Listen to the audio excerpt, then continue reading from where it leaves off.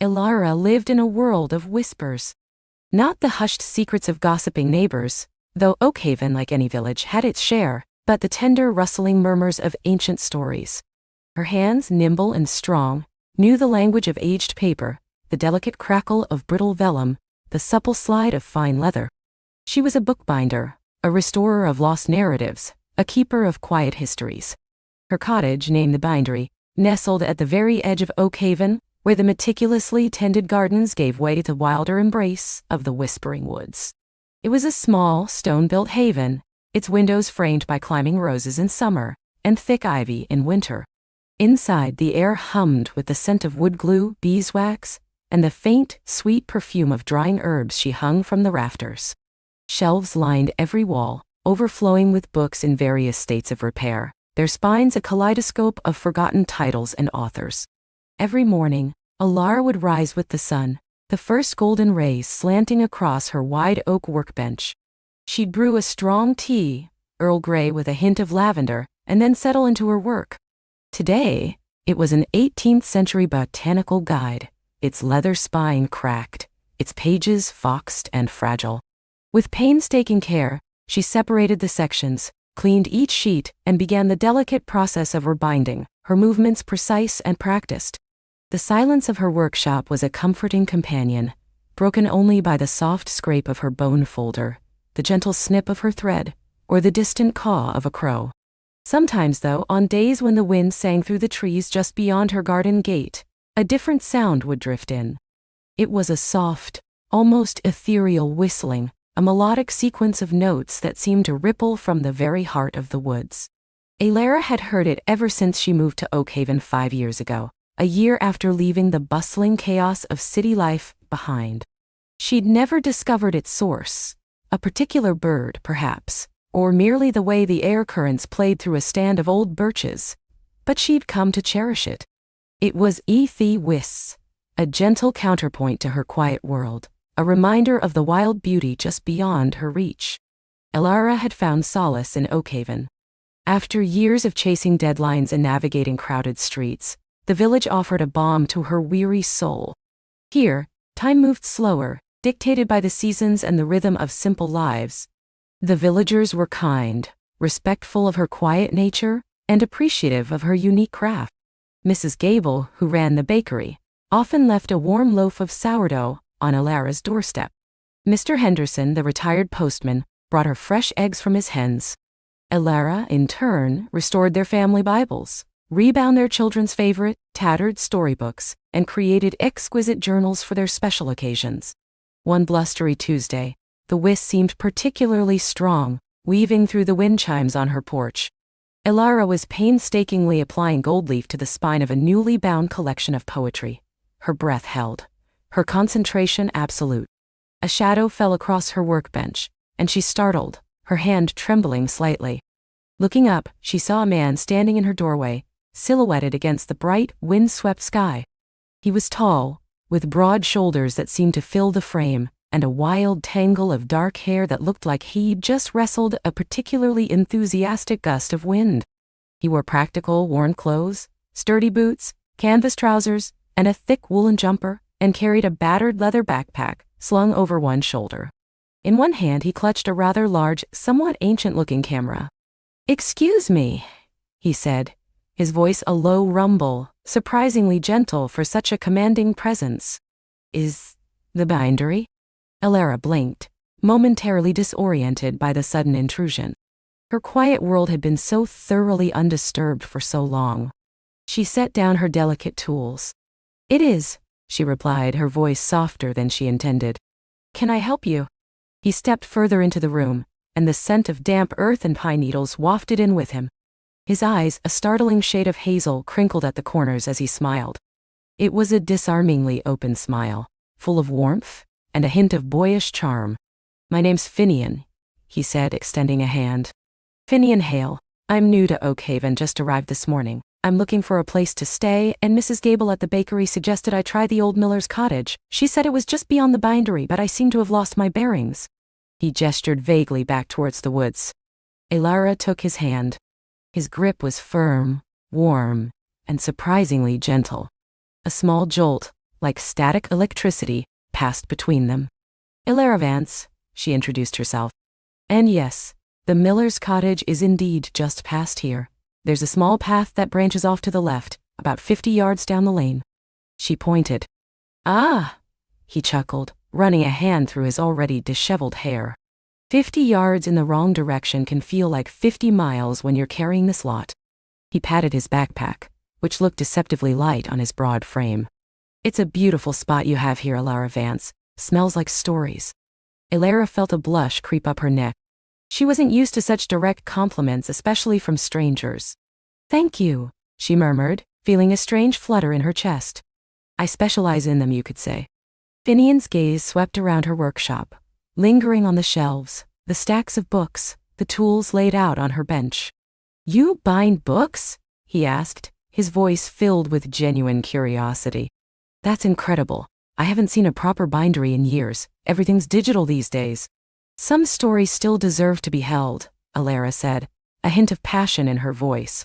"To be touched, to be passed down. There's a tactile magic to a book that a screen can never replicate." "I couldn't agree more," Finian said, his eyes lighting up. "I'm a photographer, mostly nature and documentary work. I try to capture moments, stories, the way the world achy feels.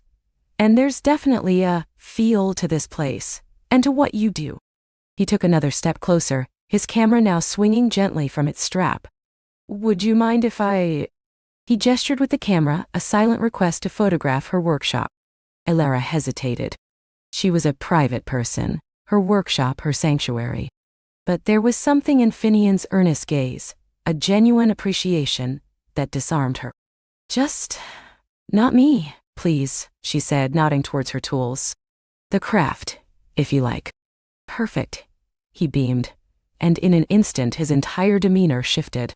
He became focused, almost intense, moving with an easy grace as he began to capture angles, textures, and the interplay of light and shadow.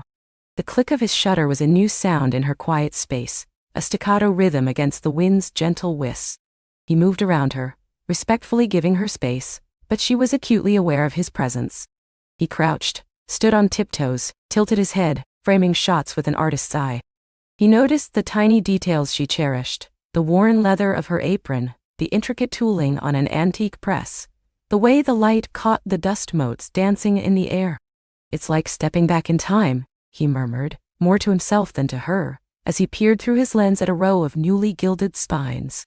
"But with a fresh, living energy. That's what I love about places like Oakhaven. They hold on to their soul." When he finally lowered his camera, a comfortable silence had settled between them, punctuated by the wind outside. "Thank you for letting me do that, Ilara," he said, his voice soft. "It's beautiful work, truly." "You're welcome," she replied, feeling a warmth spread through her. She was surprised by how little she minded his intrusion. In fact, she found herself enjoying the quiet hum of his presence.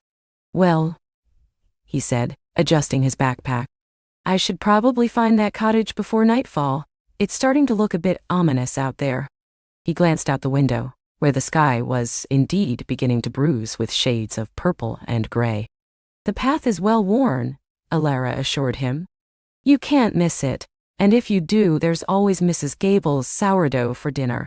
He laughed, a rich, full sound that made her smile. "I'll keep that in mind. Thanks again, Ilara. Perhaps I'll see you around." "Perhaps," she echoed, watching him go. He turned once at the threshold, offering another of his open smiles, and then he was gone, swallowed by the wind and the fading light. Ilara returned to her botanical guide, but her concentration was broken. The quiet of her workshop now felt subtly different, imbued with a lingering scent of pine and a faint echo of laughter. She found herself glancing towards the path that led to the miller's cottage, wondering if he would settle in easily, if he would find the same peace she had found in Oakhaven. And for the first time in a long time, the familiar whis of the wind through the trees seemed to carry a new, curious note. The next few days in Oakhaven were punctuated by Finian's presence. Ilara would catch glimpses of him, a flash of his dark hair disappearing into the woods with his camera, or his sturdy figure chatting animatedly with Mr. Henderson by the village green. He seemed to be everywhere and nowhere, a friendly ghost flitting through the quiet routines of the village. He clearly didn't share Alara's predilection for solitude. His laughter would sometimes drift from Mrs. Gable's bakery, or she'd hear his voice, warm and engaging, as he discussed the local flora with the village gardener. He seemed to be making friends quickly, his easy charm opening doors that often remained closed to newcomers. Alara, meanwhile, continued her work, her hands busy, her mind occasionally straying to the hazel eyes and open smile of the new photographer. She found herself wondering what he was photographing, what stories he was trying to capture. She imagined him deep in the whispering woods, finding hidden waterfalls or ancient trees, his lens seeking out the subtle magic she knew resided there. One afternoon, a week after their first meeting, Alara was sketching designs for a new journal cover, lost in the intricate patterns of Celtic knot. A gentle knock at her workshop door pulled her back to reality. It was Finian. He stood there, holding a small, carefully wrapped package. His hair was damp, as if he'd just come in from a light rain, and his cheeks were flushed with a healthy glow. "Afternoon, Alara," he said, his smile as bright as ever. "I hope I'm not disturbing you." "Not at all," she replied, setting down her pencil. "Come in." He stepped inside, bringing with him that familiar scent of damp earth, and something else, something fresh, like wild mint. "I wanted to drop this off," he said, extending the package. "It's for you. A small thank you for your directions and for letting me photograph your beautiful workshop." Alara took the package, her fingers brushing against his. It was light, wrapped in simple brown paper and tied with twine. "Oh, you really didn't have to," she said, feeling a familiar flush. "Nonsense," he waved a hand. "Consider it a professional courtesy. Besides, I found it on one of my rambles, and it immediately made me think of your work." Curiosity piqued, Alara carefully unwrapped the paper. Inside, nestled on a bed of dried moss, was a small, perfectly preserved bird's nest. It was intricately woven, a tiny masterpiece of twigs, grasses, and even a few strands of iridescent beetle wing. It was astonishingly delicate, a testament to nature's artistry. "It's exquisite," Alara breathed, tracing the rim of the tiny cup with a fingertip. "Where did you find it?" "Just at the edge of the woods," Finian explained, leaning against the doorframe, watching her reaction with keen interest. "Fallen from a low branch after that last storm. Empty, of course. But the craftsmanship, the sheer dedication, it reminded me of the care you put into your books. Every strand, every stitch, purposeful and beautiful." Alara looked up at him, her heart doing this strange little skip. He truly saw her work, not just as a craft, but as an art form. He saw the intention behind it. "Thank you, Finian," she said, her voice soft with genuine emotion. "It's the most thoughtful gift." She carefully placed the nest on a high shelf, where it would be safe and could catch the light. "Glad you like it," he said, his smile softening. "So, what are you working on today?" He gestured towards her workbench. "Just sketching some ideas for a new journal," she explained, showing him her drawing. "For a nature enthusiast, actually, someone who wants to document their observations of the local flora and fauna." Finian leaned closer, his gaze intense as he studied her sketch. "That's beautiful, Alara. The knotwork reminds me of the roots of the ancient oaks out in the woods. And the detailing, it's like a map of growth." He paused, then looked up at her, a speculative gleam in his eyes. "You know, I'm working on a project about the Whispering Woods, documenting the unique ecosystem, the changes through the seasons, the hidden pathways. I've been looking for a way to present some of my findings beyond just photographs." Alara felt a thrill of excitement. "Oh? Yes," he continued, warming to the idea.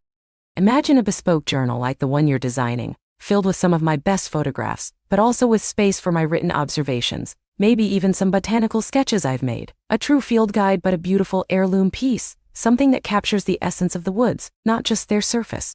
He gestured expansively. "And who better to bind the story of the Whispering Woods than the woman who lives at its very edge, the one whose home smells of stories?" Alara was captivated. The idea was intoxicating. To create a book that was a collaboration, a tangible representation of the woods she cherished, and with someone who saw the world with such a vibrant, keen eye. It was a project unlike any she'd ever considered. It sounds wonderful, Finian, she said, a genuine smile lighting up her face. A true passion project, but it would be a lot of work, intricate work. I have no doubt it would be, he agreed, his eyes sparkling. But I also have no doubt you're the only person in the world who could do it justice. And I'm not in a hurry, I'm here for a while, exploring. This could be a long-term collaboration. A long-term collaboration, she repeated, the words rolling pleasantly on her tongue. The thought of working with him, of seeing him regularly, of sharing in the creation of something so meaningful, filled her with a warmth that had nothing to do with the afternoon sun. So, he said, taking a step back, his hands tucked into his pockets. Is that a yes? Elara considered it for a moment, letting the excitement settle. She looked at her tools, at the shelves of books, at the bird's nest on the shelf. Her quiet, ordered world. And then she looked at Finian, standing there, radiating energy and enthusiasm, and she knew. This was a chance to expand her world, to create something truly special. It's a yes, Finian Hale, she said, her smile widening. I would be honored. His face lit up. Fantastic. This is going to be amazing, Elara. We'll make something truly unforgettable. He paused, then added, perhaps we could meet tomorrow. I could bring some of my initial photographs. And we could talk about the vision, the materials, the binding style. I'm staying at the Miller's cottage just down the path. Tomorrow would be perfect, she agreed. Around 10, perhaps? I'll have some sketches ready. Brilliant, he said, pushing off the doorframe. See you then, Elara, and thanks again for the directions, and the yes. He gave her a final warm smile and turned to leave. As he walked away, Elara heard it again, clearer than ever. The gentle melodic whis of the wind through the trees, a sound she now associated with him, with his arrival, with the exciting new possibilities he had brought into her life. It felt like a secret shared, a gentle promise whispered on the breeze. She spent the rest of the afternoon in a flurry of creative energy, her pencil flying across the page. Ideas for the Whispering Woods journal flowed effortlessly. Intricate leaf patterns for end papers, perhaps a spine embossed with the silhouette of a deer, rich forest green leather. She imagined the feel of the finished book, the weight of it in her hands, the stories it would hold. That evening, as dusk settled over Oakhaven and the stars began to prickle the inky sky, Elara sat on her porch, sipping her lavender tea. The air was cool, carrying the scent of damp earth and night-blooming jasmine. From the direction of the Miller's cottage, a faint glow emanated from a window. She imagined Finian inside, perhaps poring over his photographs, or writing his observations, his own creative energy alight. She felt a sense of anticipation she hadn't experienced in years. Her life, which she had carefully crafted into a sanctuary of peace and predictable rhythms, was about to become something more. Something vibrant, perhaps a little challenging, and definitely exciting. The whis of the woods seemed to sing a lullaby of new beginnings, a gentle serenade for the journey ahead. Alwanis. The next morning, Elara was up even earlier than usual, her mind buzzing with ideas. She had laid out her finest tools, selected various samples of leather and paper, and even brewed an extra pot of her special lavender Earl Grey. She wore her favorite indigo linen dress, a garment usually reserved for special occasions, and found herself fussing with a stray curl that had escaped her usually neat braid. Precisely at 10, Finian arrived, not through her front gate, but from the path leading directly from the Miller's cottage. He carried a large portfolio case and a satchel overflowing with notebooks. He looked less windswept today, his dark hair still a little unruly, but tamed into a more presentable style. He wore a crisp, light-colored shirt that brought out the warmth in his hazel eyes. "Good morning, Elara," he greeted, his smile as warm as the morning sun. "Ready to dive into the Whispering Woods?" "More than ready," she replied, a genuine smile gracing her lips. She led him into her workshop, which, despite her morning tidying, still exuded its characteristic charm of organized chaos. Finian set his things down on her large oak workbench, clearing a space amidst her tools and materials. "This is wonderful," he said, gesturing around the room. "The perfect creative haven." He opened his portfolio, revealing a stunning collection of photographs. Elara gasped. They were breathtaking. Images of ancient trees, their gnarled branches reaching like arthritic fingers towards the sky. Delicate ferns unfurling after a spring rain. A fleeting glimpse of a deer, its eyes wide and luminous. The intricate pattern of moss on a fallen log. The dappled sunlight filtering through a dense canopy. Each photograph was a testament to his keen eye and profound respect for nature. "They're incredible, Finian," Alara breathed, carefully turning each print. "You've truly captured the soul of the woods." "That's the goal," he said, his voice soft with pride. "To show people what's really there beyond the surface. To make them feel the quiet power, the subtle magic." As Alara examined the photographs, Finian began to explain his vision in more detail. He spoke of the different sections of the woods, the distinct ecosystems, the seasonal shifts, the rare flora and fauna he'd discovered. He had a natural storytelling ability, weaving facts with personal anecdotes, his passion for the subject evident in every word. "I envision a series of volumes eventually," he explained, pointing to a particularly striking image of a sun-drenched clearing. "Perhaps one for each season, or even by specific areas within the woods. This first one, I think, should be an introduction, a general overview of its majesty, a Whispering Woods compendium, if you will." "A compendium," Alara echoed, her mind already racing with design possibilities. "That has a wonderful weight to it." They spent the next 2 hours in a whirlwind of creative discussion. Alara showed him samples of different leathers, rich greens, earthy browns, deep blues reminiscent of twilight.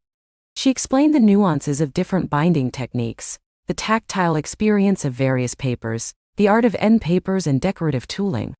Finian, in turn, shared his ideas for incorporating his photographs, his handwritten observations, and even some small pressed botanical specimens he'd collected. "I want it to feel like a treasure," Finian said, picking up a piece of supple forest green leather. "Something someone would cherish, something that feels alive." "It will be," Alara promised, her eyes sparkling with excitement. "We'll make it so."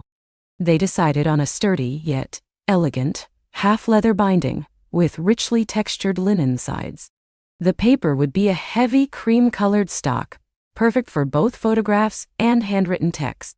For the end papers, Alara suggested a delicate custom-printed pattern inspired by the forest floor, tiny mushrooms, fallen leaves, and swirling moss. "And the title," Alara mused, holding up a blank piece of paper. "Whispering Woods Compendium. We could do it in gold leaf, perhaps with a subtle, stylized Whis graphic woven into the lettering, like the wind through the trees." Finian's eyes widened. "The Whis graphic," he repeated, a slow smile spreading across his face. "That's brilliant, Alara. It's perfect. It's exactly the kind of subtle detail that makes a book truly special. It gives it a secret heart." Alara felt a thrill at his enthusiastic approval. It wasn't just about the craft. It was about the shared vision, the mutual understanding of something beautiful. As they talked, the hours slipped by unnoticed. The sun climbed higher, casting warmer light into the workshop. Alara found herself completely at ease with Finian. His energy was infectious, his questions insightful, and his appreciation for her craft deeply validating.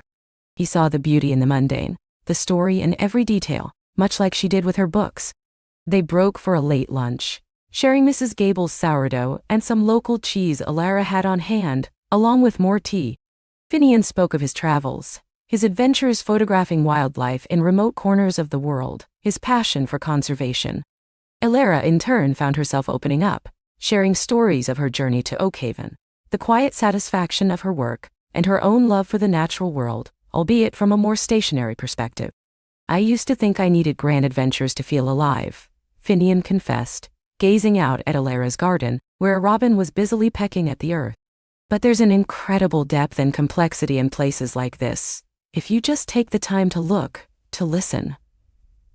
The Whispering Woods, for example. It's not just a collection of trees. It's a living, breathing entity." "It truly is," Alara agreed, her gaze following his. "And it has so many stories to tell, if you're willing to hear them." "And you, Alara Vance," Finian said, turning back to her, his hazel eyes serious. "You're the perfect person to help me bind those stories. You listen with your hands and your heart." Alara felt her cheeks flush again, but this time, it was a warm, pleasant sensation. The compliment, so heartfelt and sincere, resonated deep within her. She met his gaze, and for a long moment, they simply looked at each other, a silent understanding passing between them. The soft melodic whis of the wind drifted in through the open window, a gentle accompaniment to their shared moment, a quiet promise of all the stories yet to be bound.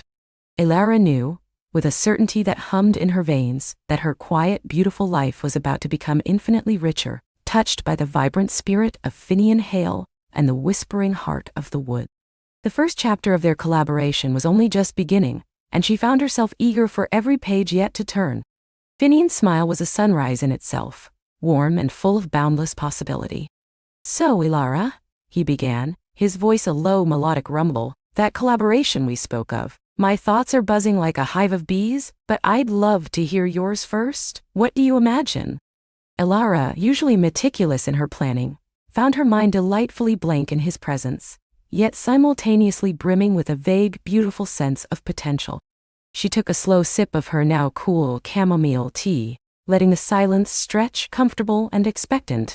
"I confess," she said, meeting his earnest gaze, "I haven't quite formed a concrete idea. My life tends to unfold rather organically, much like the woods themselves. But I have a feeling whatever we create will be rooted in this place, in the spirit of these ancient trees and the secrets they hold." Finian nodded, his eyes bright. "Exactly. That's what drew me here, you know, not just the physical beauty, but that sense of a living, breathing history. My initial thought, or perhaps more of a fervent wish, was to capture it, to create something that allows others to experience the magic, even if they can't wander these paths themselves." He paused, a thoughtful frown creasing his brow.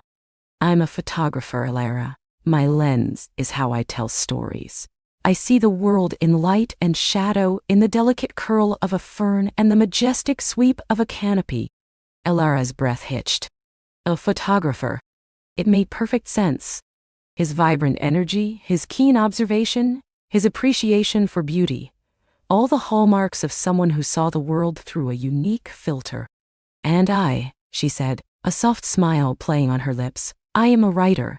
I find the stories in the quiet moments, in the way the light filters through the leaves, in the silence between the bird songs. Perhaps we could weave them together. Your images, my words. A tapestry of this forest, seen through our combined eyes."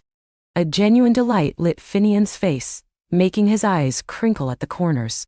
"A tapestry. Elara, that's perfect. Absolutely perfect. Imagine, a book, not just a collection of pretty pictures or a guide, but something that truly evokes the feeling of being here, the whisper, the heart, the ancient soul." He leaned forward, his enthusiasm infectious. "We could explore different facets of the woods, the ancient oaks, the hidden streams, the creatures that call it home, the changing seasons. Each chapter, a poem in prose, accompanied by an image that sings its truth." Elara felt a thrill, both exhilarating and comforting, course through her. This wasn't just a collaboration. It was an invitation into a shared world, a merging of their creative spirits. "I love it, Finian. I truly do. It feels right, like something that has always been waiting to be born." She looked out the window, where the first hints of dawn were painting the sky in soft mauves and rose golds. "Where do we begin?" "Tomorrow," Finian declared, a boyish grin spreading across his face. "Or rather, later today, after a proper night's rest. I'll meet you at the old oak, just beyond the meadow, at dawn. We'll walk. We'll talk, and we'll let the forest tell us where to start." He rose, the faint scent of pine, and something uniquely Euphinian lingering in the air. "Thank you, Elara, for sharing your tea, your thoughts, and this beautiful quiet moment." As he departed, leaving behind the gentle echo of his footsteps and the lingering warmth of his presence, Elara felt a profound sense of anticipation. Her quiet life indeed was about to become infinitely richer. The whispering heart of the woods had found its voice, and she, along with Finian, was ready to listen. One day, the following morning, Elara found Finian already waiting by the gnarled, ancient oak, its branches a sprawling testament to centuries of silent witness. He was leaning against its massive trunk, a camera slung over his shoulder, a thermos in his hand, and a wide, easy smile for her. The early morning light filtered through the leaves, dappling the forest floor in shifting patterns of gold and emerald. "Good morning, Alara," he greeted, his voice soft, attuned to the stillness of the dawn.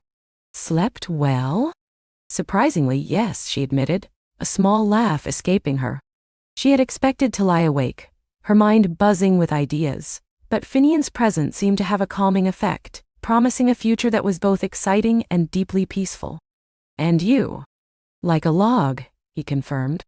"There's something about the air here, don't you think? It breathes a deeper kind of peace." He pushed off the tree, gesturing deeper into the woods. "Shall we?" Their first working session was less about work and more about shared discovery. They walked slowly, Finian often stopping to adjust his lens, capturing the intricate patterns of dew on a spider web, or the way a single shaft of sunlight illuminated a patch of moss. Alara, usually lost in her own thoughts, found herself seeing the familiar woods with fresh eyes, prompted by Finian's quiet observations. He pointed out a rare kind of orchid nestled among the ferns, its delicate petals a vibrant purple. "See how it thrives in the dappled light? A testament to resilience, wouldn't you say?" Alara considered it, then pulled out the small notebook she'd brought. "Resilience," she murmured, jotting it down. "And hidden beauty, a quiet strength." They spoke of the interconnectedness of things, of the intricate web of life that sustained the forest. Finian shared anecdotes from his travels, stories of vast wildernesses and vibrant cultures, but always returned to the unique magic of this place. Alara, in turn, found herself opening up, sharing her quiet joys, the satisfaction of a perfectly turned phrase, the comfort of a rainy afternoon spent reading, the solace she found in the predictable rhythms of nature. They stopped by a rushing stream, its waters clear and cold. Finian set up his tripod, carefully framing a shot of the water tumbling over ancient stones. While he worked, Alara sat on a moss-covered log, simply listening, feeling the cool spray on her face. She watched him, his focus intense, his movements precise. There was a reverence in the way he handled his camera, a respect for the subject that resonated deeply with her own approach to writing. Later, they shared the contents of his thermos, surprisingly excellent coffee, and a packet of homemade oat biscuits Alara had brought. The simple act of sharing food, surrounded by the whispering woods, felt profoundly intimate. "This is lovely, Alara," Finian said, his voice quiet, his gaze meeting hers across the small clearing. "Just being here, with you, seeing the world through your eyes, even for a moment." Her cheeks warmed. "And yours, Finian. You make me see things I've walked past 1,000 times, as if for the very first time." He smiled, a genuine, heart-melting smile. "That's the magic of collaboration, isn't it? Two perspectives weaving a richer truth." He reached out, his fingers brushing hers as he picked up a stray crumb from the log between them. The contact was fleeting, barely there, yet it sent a shiver of warmth through Alara. It was a silent promise, a gentle confirmation of the burgeoning connection between them. Over the next few weeks, their collaboration blossomed. They established a comfortable rhythm, early morning walks, long discussions over tea or coffee at Alara's cottage, shared meals, and quiet afternoons of individual work. Finian would return from his solitary explorations with hundreds of photographs, his enthusiasm bubbling over as he showed Alara the hidden wonders he'd captured, the iridescent wing of a dragonfly, the intricate pattern of frost on a winter branch. He seemed to have a knack for finding these even on warmer days. Alara, inspired by his images and their shared wanderings, found her words flowing with an unprecedented ease. She wrote about the ancient wisdom of the trees, the tireless industry of the smallest creatures, the way the forest breathed and dreamed. Each piece was a love letter to the woods, imbued with a newfound vibrancy, a depth of feeling she hadn't quite accessed before Finian's arrival. Her cottage, once a sanctuary of quiet solitude, now often echoed with Finian's laughter, the soft click of his camera, or the low hum of his voice as he recounted an observation. He'd often bring her wild berries he'd found, or a particularly interesting stone, or a sprig of a fragrant herb. He even helped her fix a stubbornly leaky faucet, his practical skills a surprising counterpoint to his artistic eye. Alara found herself looking forward to his arrival each day, the anticipation a gentle ache in her chest. One afternoon, a sudden torrential downpour trapped them inside Ilara's cottage. They had been poring over a collection of Finian's photographs of the forest floor, debating the precise shade of green in a particularly vibrant patch of moss. The rain lashed against the windows, drumming a rhythmic tattoo on the roof. "Well," Finian said, running a hand through his slightly damp hair, "looks like the forest has decided we need an indoor session." He glanced at Ilara, a mischievous glint in his eyes. "Any chance you have a good book we could read aloud? Or perhaps an old board game?" Ilara laughed, a genuine, joyful sound. "I do have a rather extensive collection of books, as you might imagine. And yes, a dusty old chess set, if you're brave enough." They settled by the fireplace, a small fire crackling merrily, chasing away the chill of the rain. Finian, surprisingly, was an excellent chess player, his mind as sharp and strategic as his eye was artistic. They played several games, the quiet concentration broken by good-natured banter and the comforting rhythm of the rain. Later, after Ilara had prepared a simple but delicious vegetable stew, they sat on the worn rug by the fire, mugs of herbal tea warming their hands. The conversation drifted to deeper things. "You know, Ilara," Finian began, stirring his tea thoughtfully, "you have a remarkable way of seeing the world. So much beauty in the quiet corners, so much strength in the subtle things. It's refreshing." Ilara felt a blush creep up her neck. "I could say the same for you, Finian. You bring a vibrancy, a sense of wonder to everything. You make me feel more alive." She hesitated, then continued, her voice softer. "My life here has always been peaceful, fulfilling in its own way.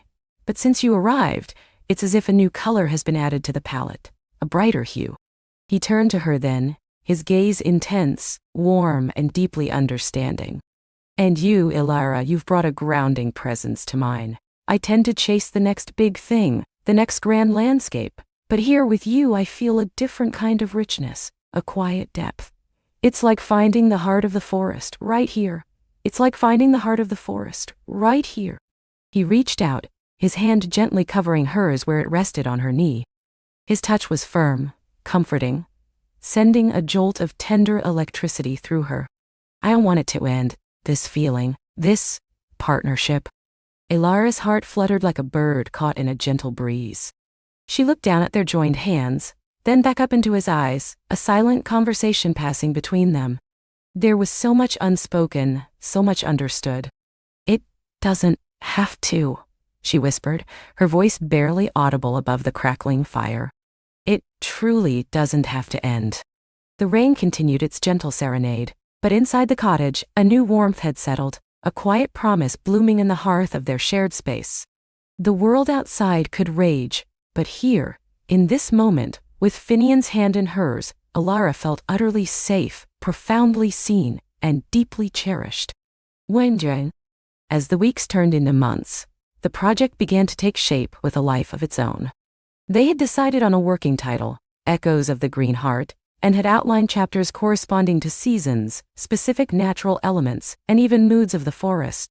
Finian's photographs, vibrant and evocative, were meticulously chosen, each one a testament to his keen eye and profound connection to nature. Ilara's words, lyrical and insightful, wove seamlessly around them, adding layers of meaning and emotion. Their collaboration was a dance, a delicate balance of their individual strengths. Sometimes, Ilara would write a piece, and Finian would find the perfect photograph from his extensive collection to illustrate its essence. Other times, Finian would present a particularly breathtaking image, and Ilara would feel the words unfurl within her, a story waiting to be told. There were moments of gentle disagreement too, a nuance in a caption, the framing of a particular shot. But these were always resolved with patience and respect, each challenge only strengthening their understanding of each other's artistic vision. Beyond the work, their daily lives had intertwined in a way Ilara had never imagined. Finian often joined her for her morning routine, walking with her through the dew-kissed grass, sharing observations on the changing light or the calls of waking birds. He taught her the names of constellations during their evening walks, pointing out the Big Dipper and Orion, his finger brushing hers as he guided her gaze skyward. Ilara, in turn, introduced him to the subtle art of tea blending, sharing her knowledge of local herbs and their comforting properties. One crisp autumn afternoon, They were trekking through a particularly dense part of the woods, searching for a specific kind of mushroom Finian wanted to photograph. A tiny, luminous variety that only appeared after a certain amount of rainfall. The air was cool and smelled of damp earth and fallen leaves. Ilara stumbled slightly on an exposed root, and Finian, without a moment's hesitation, reached out, his hand firmly grasping her arm, steadying her. His touch lingered, warm and protective. "Careful there," he murmured, his voice laced with concern. She looked up at him, her heart doing a familiar little flip. His eyes, usually so vibrant and full of light, held a tender worry that sent a warm flush through her. "Thank you," she said softly, her voice a little breathy. He didn't release her arm immediately. Instead, his thumb gently stroked the skin of her forearm, a small, comforting gesture that spoke volumes. "Ilara," he began, his gaze searching hers, "this project, it's become so much more than just a book for me. It's a reason to be here. A reason to stay." The words hung in the air, heavy with unspoken emotion. Ilara knew exactly what he meant. This wasn't just about the forest, or the art. It was about them. It was about the quiet, burgeoning love that had taken root in the rich soil of their shared passion and deep respect. "Me too, Finian," she confessed, her voice thick with emotion. "I've never felt so seen, so understood. It's as if you speak a language my heart has always known but never heard spoken aloud." His smile was gentle, filled with an overwhelming tenderness that brought tears to Ilara's eyes. He slowly lifted his other hand, cupping her cheek, his touch feather-light. His thumb brushed away a stray tear that had escaped. "Ilara," he whispered, his voice a soft caress. "You are the most beautiful story I've ever had the privilege to read." And then, slowly, deliberately, he leaned in. Ilara's eyes drifted closed, her heart thrumming a wild, joyous rhythm against her ribs. His lips, warm and soft, met hers in a kiss that was everything she had dreamed of and more. It was tender, full of a quiet reverence, a promise whispered from soul to soul. It tasted of autumn leaves and deep earth, of sunlight and shared secrets. It was a kiss that sealed their partnership, their friendship, and the profound love that had grown between them, as naturally and inevitably as the forest itself. When they finally broke apart, breathless and alight, the world around them seemed to shimmer with new colors. The air hummed with a palpable energy, and the whispering heart of the woods seemed to sigh in contentment. Finian's gaze was still locked with hers, his eyes shining with a mixture of wonder and profound affection. "I think," he said, his voice a little husky, "we found more than just a mushroom today." Ilara laughed, a light, joyful sound that echoed through the trees. "Much, much more." She reached up, her fingers tangling in his hair, pulling him gently back down for another kiss, this one bolder, more confident, full of the certainty that their story was just truly beginning. The path ahead was still unfolding, like the winding trails of the forest itself, full of new discoveries and unexplored beauty. Their book, their love, their shared life, all were vibrant works in progress, bound together by the enduring magic of the woods and the unbreakable bond of their hearts. Every page yet to turn promised more laughter, more quiet moments, and an ever-deepening love story written in the heart of the forest for all time. The sun, a benevolent painter, began to dip its brush in hues of apricot and rose, casting long, gentle shadows through the ancient trees as they made their way back to the cabin. Hand in hand, their steps were light, their silence rich with unspoken promises. The air, crisp and sweet with pine and damp earth, felt different now, imbued with the quiet hum of a profound understanding. Inside the cozy cabin, the hearth fire had settled into a bed of glowing embers. He knelt, stirring it back to life, the sparks dancing like tiny stars, mirroring the sparkle in her eyes as she watched him. She moved to the small kitchen, preparing a simple supper, warm bread, cheese, and a fragrant berry compote. Every gesture was imbued with a new tenderness, a quiet grace. Over their meal they spoke not of grand plans or sweeping declarations but of small, intimate things. The way the light caught the leaves on a particular oak tree, the sudden flight of a deer through the underbrush, the melody of a bird they hadn't heard before. Each shared observation was a thread, weaving them closer, deepening the tapestry of their shared existence. They talked about their book too, not as a task, but as a joint adventure, a world they were building together, page by precious page. "I think," she began, tracing the rim of her mug with a thoughtful finger, "we should let the forest be more than just a setting. It's a character, isn't it? A silent witness, a guiding spirit?" He nodded, his gaze soft. "It always has been. It brought us together after all. It feels like its heartbeat echoes in our own." That night, curled together by the fire, they didn't write. Instead, they simply wore in air. They read aloud from old books, their voices a gentle counterpoint, the stories blending with the crackle of the fire and the whisper of the wind outside. He traced the line of her jaw, the curve of her smile, and she rested her head on his shoulder, feeling the steady rhythm of his breath. It was a comfort deeper than any they had known, a sense of belonging that settled deep in their bones. The world outside the cabin could have ceased to exist, and they would have been content, wrapped in the cocoon of their newfound certainty. The days that followed fell into a rhythm of shared purpose and quiet joy. Mornings began with the aroma of freshly brewed coffee and the soft murmur of their voices as they discussed chapters, characters, and plot twists. They would often walk through the forest, sometimes in companionable silence, sometimes animatedly debating a character's motivation or a descriptive passage. The forest became their outdoor office, their muse, their sanctuary. They found inspiration in the dappled light filtering through the canopy, the gurgle of a hidden stream, the resilience of a tiny wildflower pushing through cracked earth. He, with his meticulous eye for detail and his deep understanding of narrative structure, helped her shape the sprawling ideas of her imagination into a cohesive whole. She, with her vibrant creativity and emotional insight, breathed life into his more reserved inclinations, encouraging him to explore the deeper currents of feeling in their characters. Their writing styles, once distinct, began to merge, creating a voice that was uniquely theirs.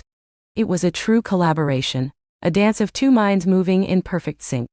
They often found themselves laughing, sometimes at a particularly clever turn of phrase, sometimes at their own eccentricities. He would tease her gently about her tendency to get lost in a paragraph, forgetting the wider plot, and she would playfully chide him for over-editing, sometimes polishing the life out of a raw, beautiful sentence. Yet, there was always an underlying current of respect and admiration, a shared understanding that they were building something precious, brick by careful brick, word by word. Beyond the writing, their life was a symphony of small, loving gestures. He would leave a perfect cup of tea on her desk when she was deep in thought. She would surprise him with his favorite homemade bread after a long afternoon spent chopping wood. They planted a small herb garden outside the cabin, tending to it together, their hands brushing as they watered the delicate seedlings.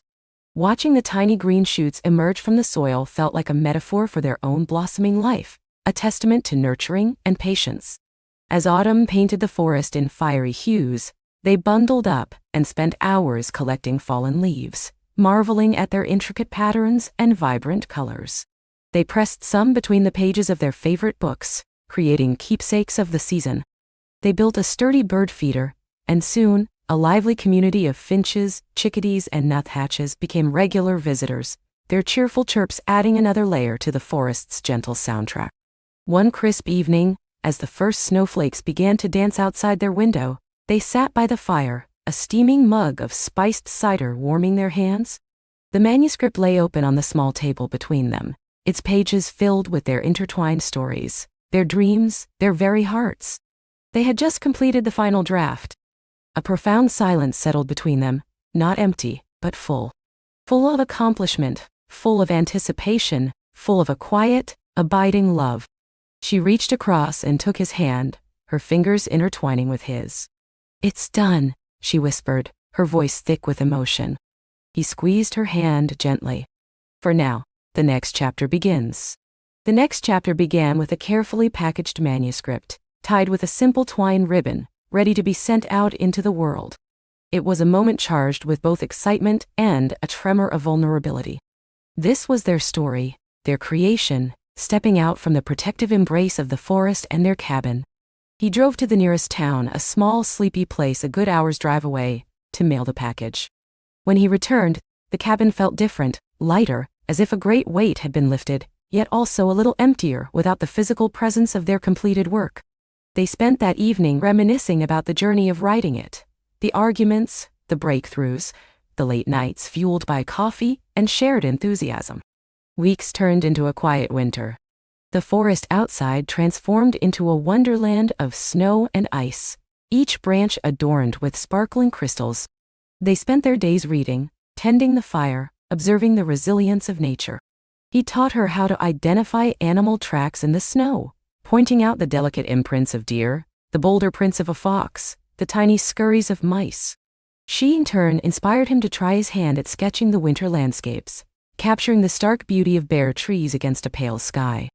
The waiting for news about their manuscript was a gentle test of their patience. There were moments of doubt, a quiet anxiety that would sometimes creep in, especially on long, silent evenings. What if it wasn't good enough? What if no one understood their vision? Jiwan. One afternoon she found him staring out the window, a faraway look in his eyes. "What's wrong?" she asked gently, approaching him from behind and wrapping her arms around his waist. He sighed, resting his chin on her head. "Just the silence. It makes you think. About all the what-ifs." "What ifs are only whispers, love," she murmured, pressing a kiss to his back. "The what is us here now, and we created something beautiful, regardless of what the world decides to do with it." Her words were a soothing balm, reminding them both that the true reward was not publication, but the journey itself, and the bond it had forged between them. They decided then and there that their happiness wouldn't hinge on an external outcome. Their love, their shared life, their forest sanctuary, these were the real treasures. Still, when the first response arrived, a thick envelope tucked among a handful of bills in their mailbox, their hearts quickened. It was a rejection, a polite but firm "not for us." A tiny pang of disappointment, like a fleeting shadow, passed between them.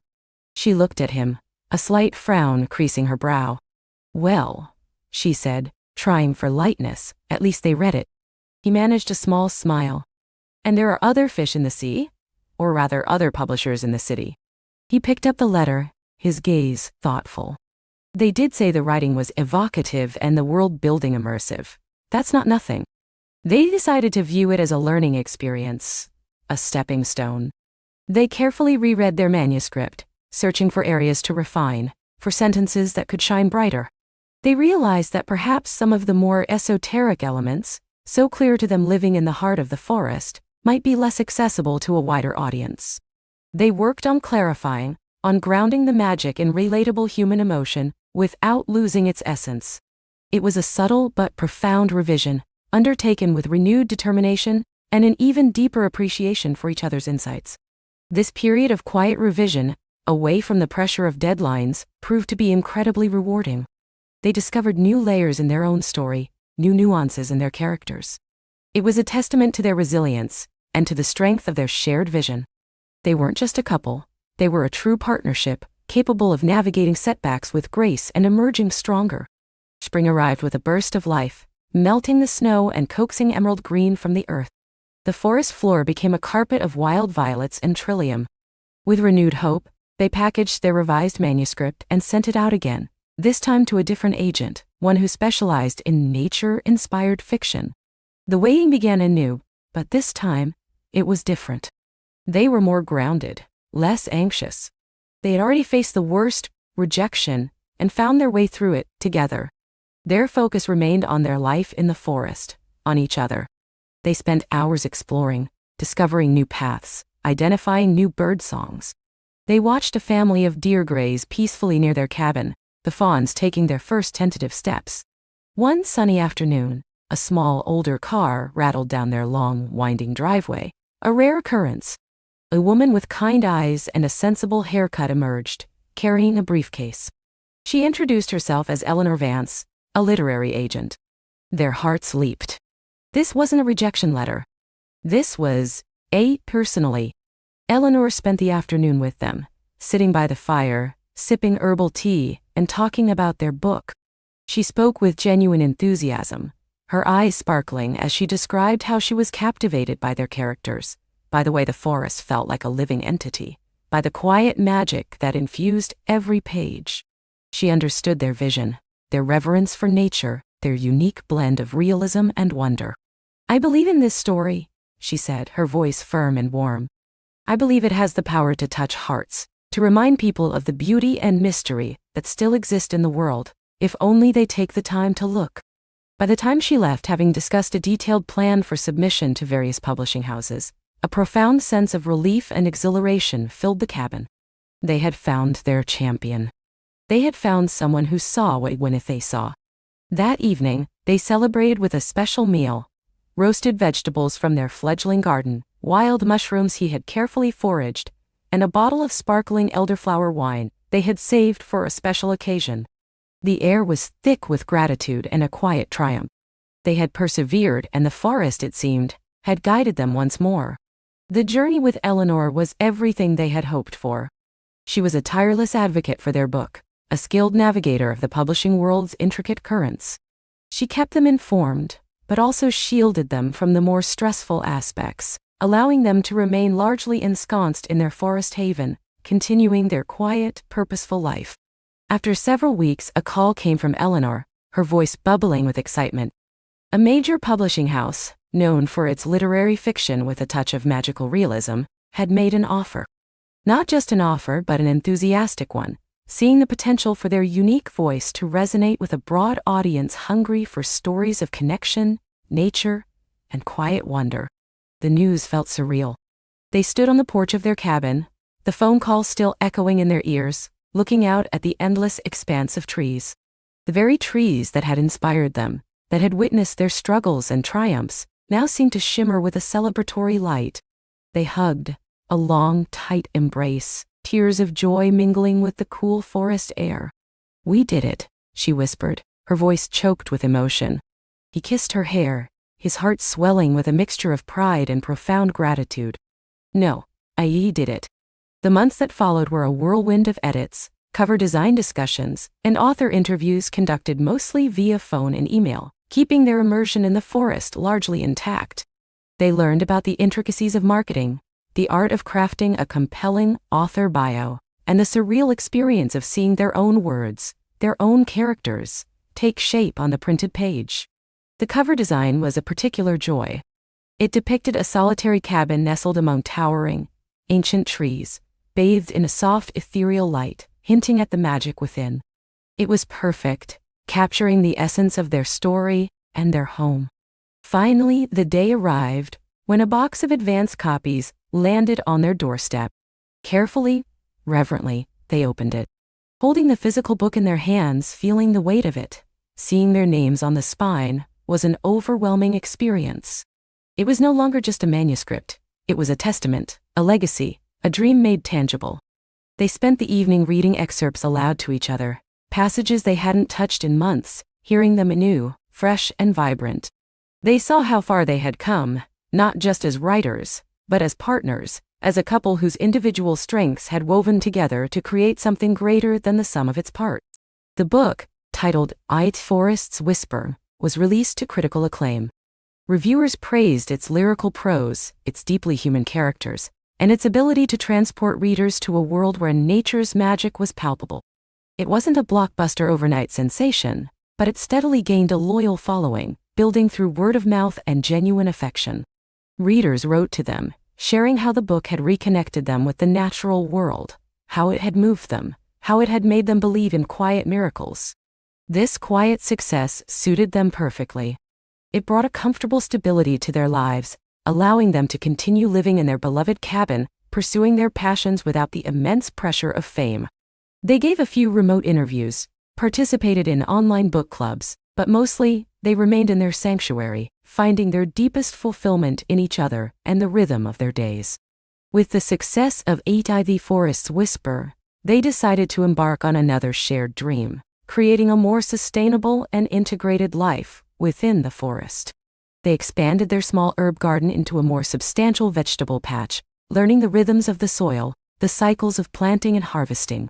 He built raised beds with sturdy, reclaimed wood, and she meticulously researched companion planting, ensuring a thriving ecosystem. They found immense satisfaction in growing their own food in the simple act of preparing meals with ingredients harvested from their own land. They also adopted a dog, a gentle, shaggy mutt from a local shelter whom they named Bramble, after the resilient wild roses that dotted the forest edges. Bramble quickly became an integral part of their family, a loyal companion on their forest walks, his tail a constant blur of happiness. His presence brought a new layer of warmth and life to the cabin, his soft snores by the fire a comforting soundtrack to their evenings. Life settled into a beautiful, harmonious flow. Mornings were for tending the garden, for long walks with Bramble, for quiet contemplation. Afternoons were often spent in their shared writing space, now a sun-drenched nook overlooking the vegetable patch, working on individual projects or brainstorming ideas for a potential sequel to End to the Forest's Whisper. Evenings were for cooking together, for reading, for deep conversations by the fire, for simply being. They celebrated their first anniversary since that pivotal moment in the forest, marking the day their love truly became undeniable. He surprised her with a hand-carved wooden box intricately adorned with forest motifs, tiny leaves, a delicate bird, a soaring hawk. Inside, nestled on a bed of velvet, was a single smooth river stone he had found, polished to a soft sheen, with their initials and the date of their beginning etched into its surface. She, in turn, had prepared a special meal, a feast of forage delicacies and garden bounty. As they sat across from each other, the soft glow of candlelight illuminating their faces, she pulled out a leather-bound journal. "I've been writing a new story," she confessed, her eyes shining. "It's about a man and a woman who find each other in the heart of an enchanted forest, and how their love grows, entwined with the magic of the woods." He smiled, a deep, contented smile that reached his eyes. "Our story?" She nodded. "Our story. The one that's still being written, every single day." The success of their first book gave them the freedom to explore other creative avenues. He, inspired by his earlier sketches, began to delve deeper into art, creating beautiful, detailed illustrations of the forest's flora and fauna. She started a small blog, sharing stories of their life in the cabin, recipes from their garden, and reflections on the quiet beauty of forest living. It became a beloved corner of the internet for many, a gentle escape from the modern world. Their love deepened with each passing season, like the roots of the ancient trees around them, growing stronger, spreading wider, becoming more firmly anchored. They learned to anticipate each other's needs, to read unspoken cues, to offer comfort and support without a word. They were not just partners, they were soulmates, two halves of a whole, perfectly attuned to the symphony of their shared life. One late summer afternoon, as the forest hummed with the drowsy buzz of bees and the distant call of a hawk, they were sitting on their porch swing, Bramble dozing at their feet. The sun was beginning its slow descent, painting the sky in hues of soft orange and lavender. He turned to her, a serious yet tender expression on his face. "You know," he began, his voice a low rumble, "when we first met, I thought I was content with my quiet life, my books, my solitude. I never imagined this." He gestured vaguely at their cabin, their garden, the vast green world around them. "I never imagined a love so profound, so complete." She leaned her head on his shoulder, her heart overflowing. "Me neither. I thought my dreams were just stories I wrote down, not something I could actually live." He took her hand, his thumb tracing the delicate lines on her palm. "Marry me," he said, his voice soft, almost a whisper, yet resonating with absolute certainty. "Marry me, here, in the forest that brought us together, and let's write the rest of our story, not just in books, but in every sunrise, every shared meal, every quiet moment under these ancient trees." There was no elaborate ring, no grand gesture, just the simple, heartfelt question, born from years of shared life and a love that had proven itself through every season. Her eyes welled up, a joyous warmth spreading through her chest. "Yes," she breathed, her voice catching. 1,000 times yes. Their wedding was everything they dreamed of. Simple, intimate, and deeply imbued with the magic of the forest. They chose a small clearing not far from their cabin, a place where ancient oaks stood like benevolent guardians, their branches forming a natural cathedral. The air was soft and fragrant with the scent of pine and wild honeysuckle. Only a handful of people were present: Eleanor, their wise and supportive agent, a few close friends who understood and respected their secluded life, and an elderly, kindly justice of the peace from the nearby town, who had a special fondness for their quiet, nature-loving ways. Bramble, adorned with a wreath of wildflowers she had woven, sat patiently at their feet, occasionally letting out a soft, contented sigh. She wore a simple flowing gown the color of cream, adorned with delicate embroidery that mimicked forest vines. He was handsome in a linen suit, his eyes reflecting the deep green of the surrounding trees. They exchanged vows they had written themselves, words that spoke of shared paths, unwavering support, and a love as enduring as the forest itself. As they said "I do," a gentle breeze rustled through the leaves above them, sounding like a collective sigh of approval from the woods. Sunlight dappled through the canopy, creating a kaleidoscope of shifting light and shadow on the forest floor. It felt as if the very heart of nature was celebrating with them, weaving its ancient magic into the fabric of their union. Their wedding feast was a potluck, a delightful spread of homemade dishes brought by their friends, enjoyed on rustic wooden tables they had built themselves. There was laughter, storytelling, and quiet toasts to their happiness. As twilight deepened, lanterns strung between the trees cast a warm, golden glow, and the sounds of crickets and nocturnal birds created a natural symphony. It was a day of profound joy, a testament to a love found, nurtured, and celebrated in the most authentic way possible. Life, after the wedding, didn't dramatically change, yet everything felt subtly richer, more deeply anchored. The word husband and wife settled comfortably into their vocabulary, imbued with a weight of shared history and future dreams. Their daily rituals continued, but now carried an even deeper resonance: each shared meal, each forest walk, each quiet evening by the fire, a reaffirmation of their vows. Thorist's Whisper continued to find new readers, and they began to think about their next book, a companion story, exploring another facet of the forest's magic, perhaps from the perspective of an animal or a long-lost legend. They often sat together, brainstorming ideas, their minds dancing in harmonious counterpoint, their creative synergy stronger than ever. He continued his art, his illustrations gaining recognition in their own right, featured in nature magazines and even a small gallery in a nearby city. She continued her blog, sharing their ever-growing garden's bounty, her observations of the changing seasons, and the wisdom gleaned from their quiet life. Their cabin became a hub of gentle creativity, a place where art, stories, and nature intertwined seamlessly. Years folded into seasons, and seasons into a lifetime. Their hair silvered, their faces gained the beautiful map of lived experience, but the sparkle in their eyes, the tenderness in their touch, remained undimmed. Bramble, after many happy years, eventually crossed the Rainbow Bridge, leaving a paw-shaped hole in their hearts, but also a trove of cherished memories. They eventually welcomed another rescue dog, a quiet, soulful creature they named Willow, who found her own place in their home and their hearts. They watched their forest grow and change, through blizzards and droughts, through the vibrant rebirth of spring and the serene dormancy of winter. They learned its secrets, its resilience, its enduring power. They became, in their own way, a part of its ancient rhythm, their lives harmonizing with its timeless beat.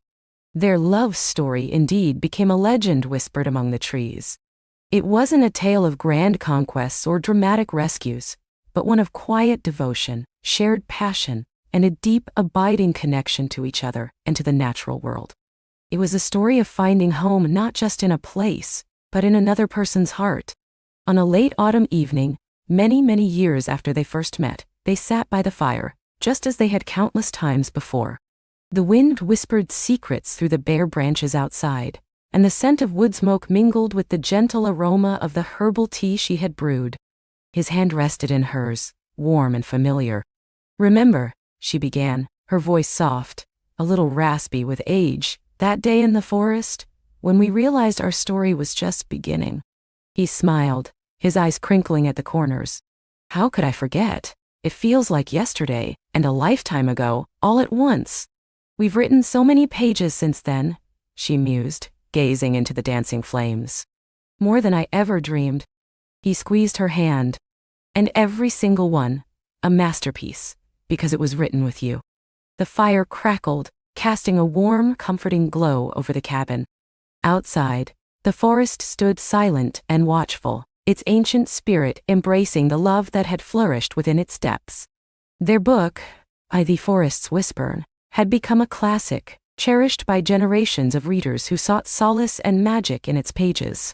But their greatest story, the one they lived every day, was held within the quiet sanctuary of their cabin, in the intertwined rhythm of their breaths, in the enduring magic of their hearts. As the last embers of the fire faded to a soft glow, and the moon cast its silvery light through the window, they drifted off to sleep, their hands still clasped, their hearts full. Their love was a timeless tale, written not just in ink on paper, but in the rustling leaves, the flowing stream, the quiet strength of the ancient trees, and the unbreakable bond of two souls, forever entwined in the heart of the forest, for all time.